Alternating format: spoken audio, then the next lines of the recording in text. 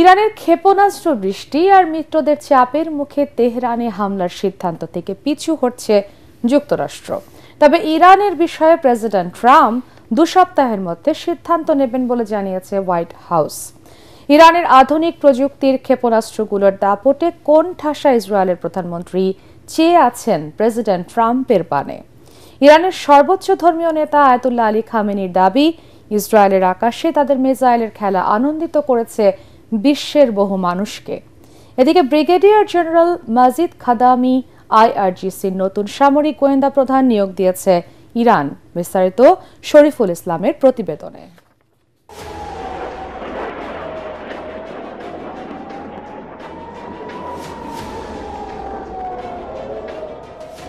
ইরানের সর্বাধুনিক প্রযুক্তির মিসাইল ইসরায়েলের আকাশে চমক দেখানোর পর ধূলিসাৎ হয়েছে নেতানিয়াহু প্রশাসনের দম্ভ, ভাবনায় ফেলেছে তাদের মিত্র আমেরিকাকেও।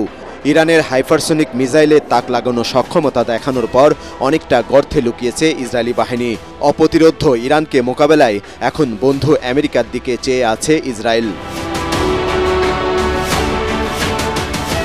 ইরানের ধর্মীয় নেতা আয়াতুল্লাহ আলী খামেনির দাবি, তেল আবিব ও হাইফার আকাশে তাদের আধুনিক প্রযুক্তির ক্ষেপণাস্ত্রগুলোর বাহাদুরি আনন্দের দোলা দিয়েছে মানুষের মনে। দখলদার ইসরায়েলকে নিশ্চিহ্ন করতে আগামীতে আরও চমক দেখানোর প্রতিশ্রুতি দিয়েছেন মুসলিম বিশ্বের দুঃসাহসী এই নেতা।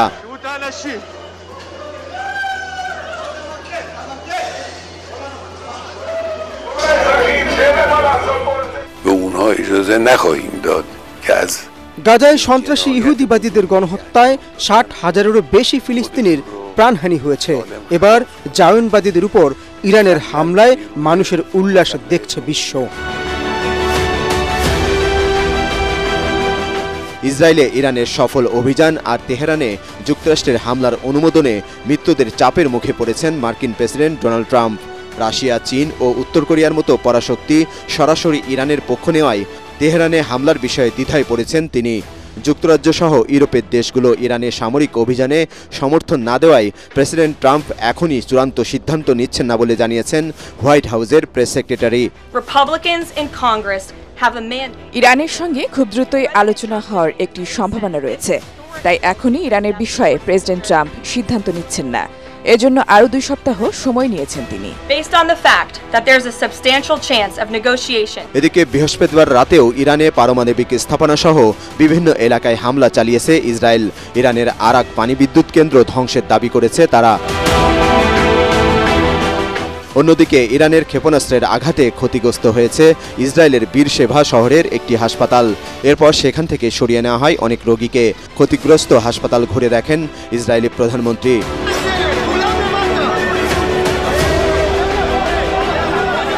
ইরানের হামলার পর তেল আবিব জুড়ে একের পর এক বের হয়ে আসছে ধ্বংসযজ্ঞের চিহ্ন। ইরানের শক্তিশালী ক্ষেপণাস্ত্র মাটির সঙ্গে মিশিয়ে দিয়েছে ইসরায়েলের গুরুত্বপূর্ণ অনেক স্থাপনা। দেশ ছেড়ে পালিয়ে যাচ্ছে বহু ইসরায়েলি, আশ্রয় নিয়েছেন বাংকার সহ বিভিন্ন নিরাপদ কেন্দ্রে।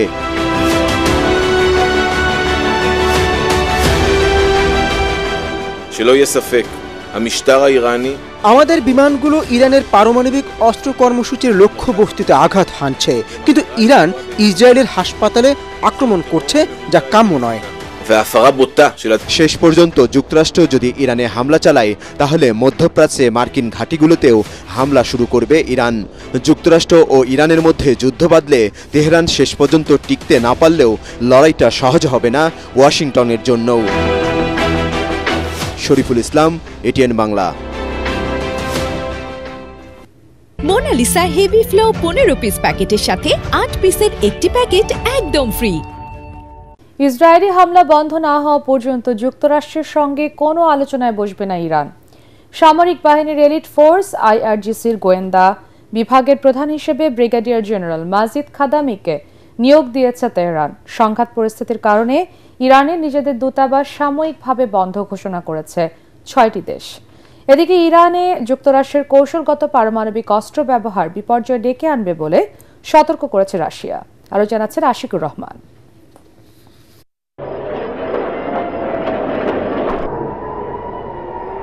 ইসরায়েলের হামলার মাধ্যমে শুরু হওয়া এই সংঘাত মধ্যপ্রাচ্যে চরম উত্তেজনা তৈরি করেছে।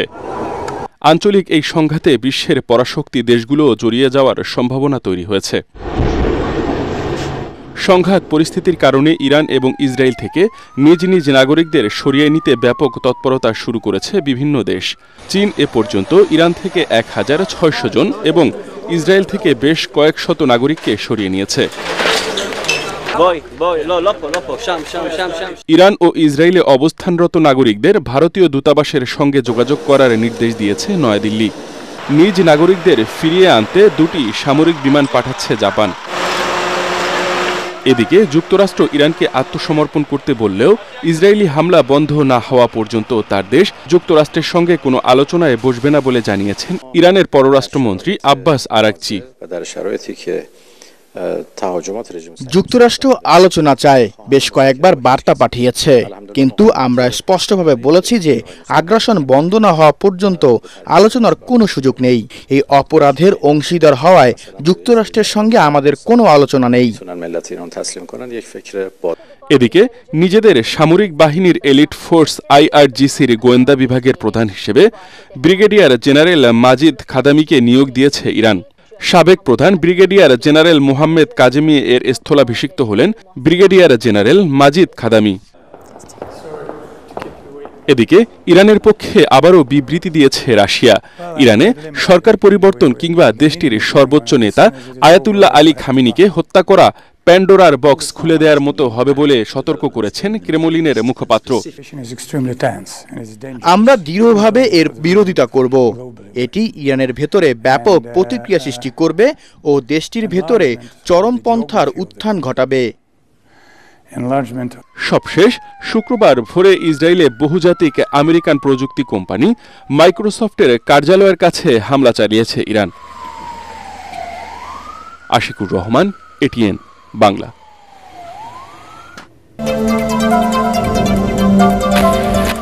ইরান ইসরায়েল যুদ্ধের প্রভাব নিয়ে সতর্ক করলেন বাংলাদেশের ব্যবসায়ী ও অর্থনীতিবিদরা। তারা বলছেন, চলমান এই যুদ্ধ দীর্ঘমেয়াদী হলে সংকট বাড়বে মধ্যপ্রাচ্য জুড়ে, ফলে প্রভাব পড়বে দেশের জ্বালানি খাত, আমদানি রপ্তানি বাণিজ্য ও রেমিটেন্সে। এর মধ্যে আন্তর্জাতিক বাজারে জ্বালানি তেলের দাম বেড়েছে প্রায় 10%। সংকট কাটাতে এখনই দীর্ঘমেয়াদী পরিকল্পনার তাগিদ বিশেষজ্ঞদের। তরিক ইসলামের রিপোর্ট। পরমাণু ইস্যুতে এক সপ্তাহেরও বেশি সময় ধরে পাল্টাপাল্টি হামলা চালাচ্ছে ইরান ইসরায়েল। বাংলাদেশ থেকে 3700 কিলোমিটার দূরে পারস্য সাগর তীরের দেশ ইরানের সাথে ইহুদিদের এই সংঘাত উত্তেজনা ছড়াচ্ছে মুসলিম দেশসহ সারা বিশ্বে।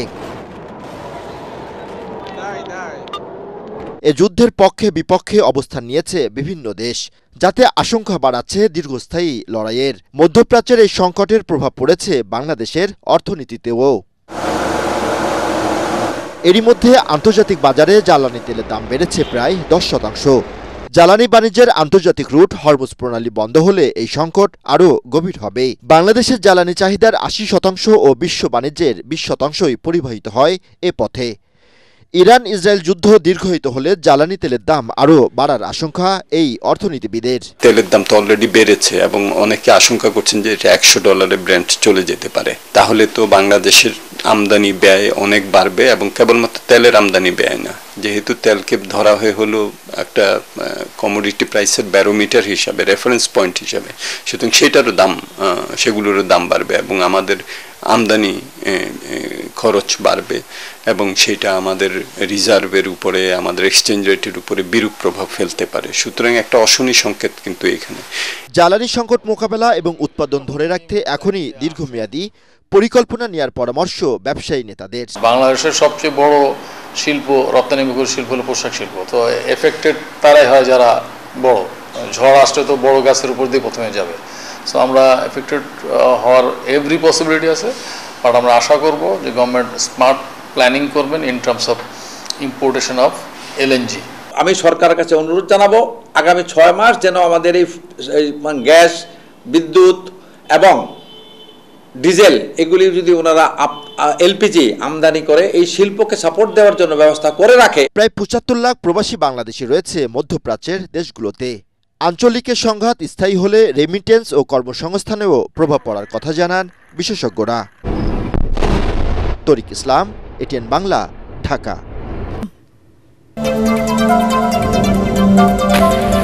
জুলাই গণঅভ্যুত্থান থেকে সৃষ্ট ঐক্যে বছর না ঘুরতেই দেখা দিয়েছে ফাটল। রাজনৈতিক দলগুলো নেতাদের বক্তব্যে একে অপরকে ঘায়েল করার চেষ্টা। এতে ফুটে উঠছে তাদের মতপার্থক্য এবং আস্থার সংকট। প্রধান উপদেষ্টা ডক্টর ইউনূস আর তারেক রহমান বৈঠককে ঘিরে সমালোচনায় মুখর জামাত এবং এনসিপি। তবে বিএনপির কেন্দ্রীয় নেতারা বলছেন মতের ভিন্নতা মানি, বিচ্ছিন্নতা নয়। Report S M. আশরাফের।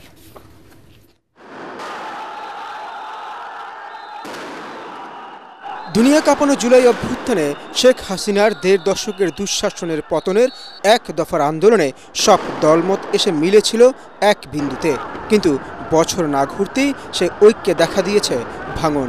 বিএনপি সহ সমমনারা একদিকে, এনসিপি জামায়াতের সুর ভিন্ন। জাতীয় নির্বাচন সংস্কার, জুলাই সনদ নিয়ে মত পার্থক্য এখন বিরোধে রূপ নেয়ার পথে। যদিও বিএনপির কেন্দ্রীয় নেতারা বলছেন মৌলিক বিষয়গুলোতে কোনো বিরোধ নেই। সামনে নির্বাচন, এখন সকল বিএনপি একটা রাজনৈতিক দলের দর্শন আছে, জামাত ইসলাম আছে, আবার নতুন একটা রাজনৈতিক দল এনসিসি হয়েছে, তাদেরও একটা আদর্শ দর্শন আছে। তাদের আদর্শ, তাদের রাজনৈতিক কর্মকাণ্ড, তাদের ইস্যু নিয়ে তারা কাজ করবে। সেক্ষেত্রে মতপার্থক্য থাকতে পারে, সেটা এমন কোনো বিশাল কোনো বিষয় না। বেসিক কোনো হাসিনা বা স্বৈরাচারের বিরুদ্ধে কোনো দ্বিমত নাই, এবং আমরা মনে করি যে ওইভাবে কোনো ফাটল বা সমস্যার সৃষ্টি হবে না। এটা একটা মতামতের কিছু তারতম্য থাকতেই পারে রাজনীতিতে।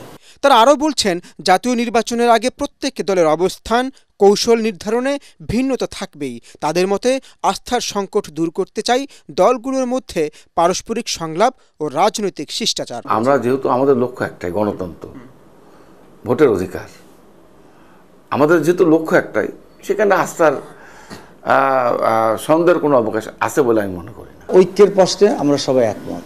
নির্বাচনের আপনি রোডম্যাপ দিয়ে দেন, আর রোডম্যাপ দিয়ে দেন সংস্কারের। নির্বাচন কমিশন, বিচার বিভাগ, মানুষের মত প্রকাশের স্বাধীনতা, আইনের শাসনের প্রশ্নে বেসিক যে সংস্কারগুলি কারোই কোনো দ্বিমত নাই, বিএনপির একেবারেই নাই। বিএনপির কেন্দ্রীয় এই দুই নেতা বলেন, শুধু নির্বাচন নয়, দেশের ভবিষ্যৎ রাজনীতির রূপরেখা নিয়েও যে আলোচনা দরকার তা হতে হবে পারস্পরিক সম্মানের ভিত্তিতে। তাহলেই জাতীয় ঐক্য আবার শক্ত ভিত পাবে। আমরা সর্বোত্তকভাবে মনে করি যে কোনোভাবেই হোক, যে গণতন্ত্র আমরা ফেরত পেয়েছি, যে গণতান্ত্রিক ধারা, এটার জন্য কোনোভাবেই ব্যাহত না হয়। সবারই এই সময়টায় একটা হিসাব করে কথা বলা উচিত, একটা ইন্টিরিয়াম টাইম, তাই না? এখানে একজন একজনের বিরুদ্ধচারণ করার দরকার নাই, রাজনৈতিক ভাষায় কথা বলা উচিত। আপনার মতামত আপনারা ব্যক্ত করেন না, গণতন্ত্রের সৌন্দর্য কোনটা? যার যার মতামত ব্যক্ত করবে, যার যার দাবি সে বলতেই পারে। নেতারা জানান, দলের ৩১ দফা রূপরেখায় স্পষ্ট করা হয়েছে সব মতপথকে সাথে নিয়েই ভবিষ্যতে জন আকাঙ্ক্ষা পূরণই হবে বিএনপির রাজনীতির প্রধান লক্ষ্য।